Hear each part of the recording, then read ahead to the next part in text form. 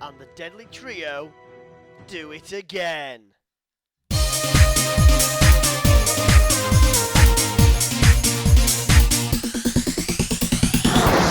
Hey gamers, Gaming with Melkor here, bringing you another Clash Royale video. Today's going to be another deck spotlight, guys, running off from our deck last time. Now, I had a fantastic amount of success with that deck, winning probably my last 10 out of 12 battles with that deck.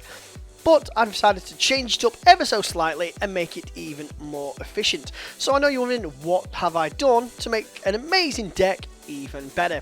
Well, I'll tell you what I did. I did something drastic, something deadly, something terrifying, okay, something very minor.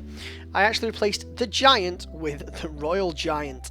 That's right, guys, so the deck now consists of the Goblin Hut, the Royal Giant instead of the Giant, the Minions, the Spear Goblins, the Deadly Valkyrie, the Fire Spirits, the Goblin Barrel, and the Mini Pekka. That's right, guys, so let's have a look at how this deck has been performing.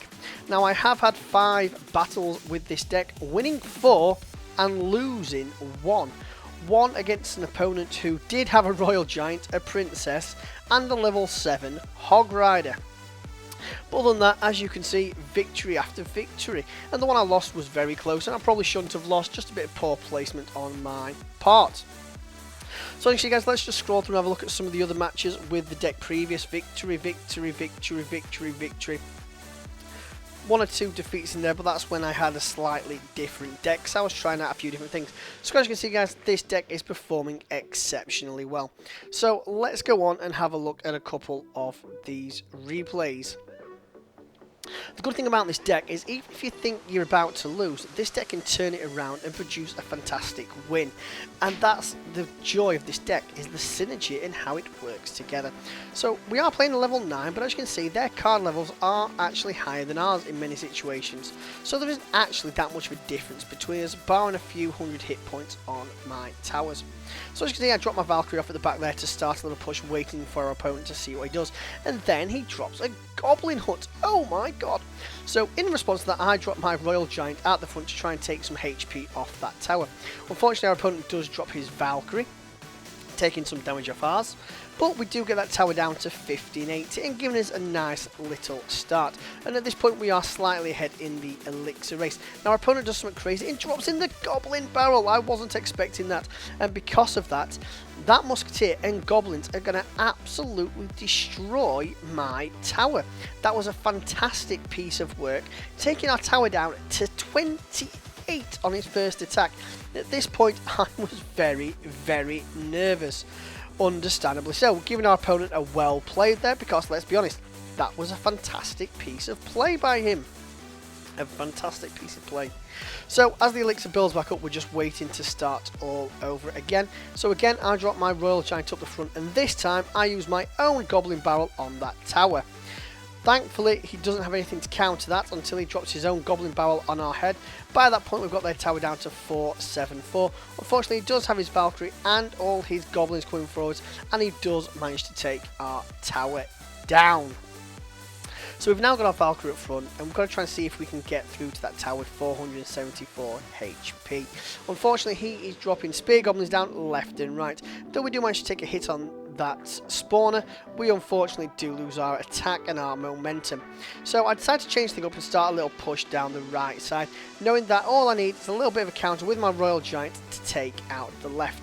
Again, go with the Royal Giant to take out that hut, but unfortunately he does counter with the cannon and the arrows. We was still able, though, to get that tower down to 186, and we still do have the elixir advantage because of this.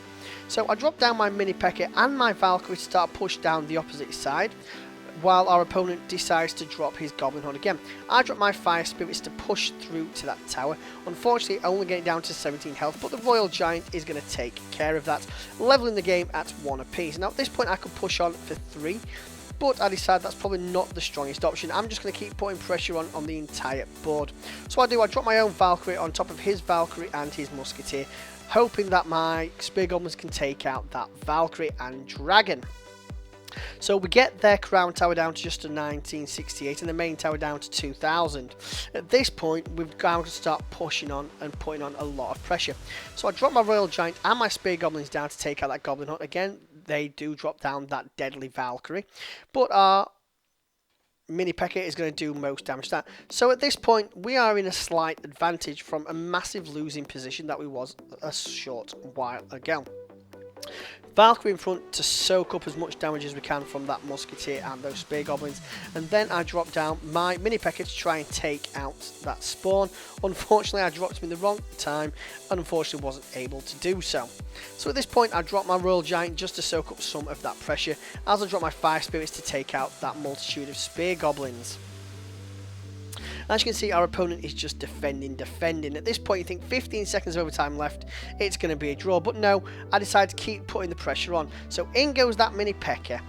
There we go, last secondary, 4 seconds on the clock. That Mini Pekka and that Royal Giant combined together to take out that tower for a very nerve-wrenching win. Like I said, guys, this deck is simply fantastic. The synergy in the last deck just is boosted by the synergy in this deck by having that Royal Giant in there.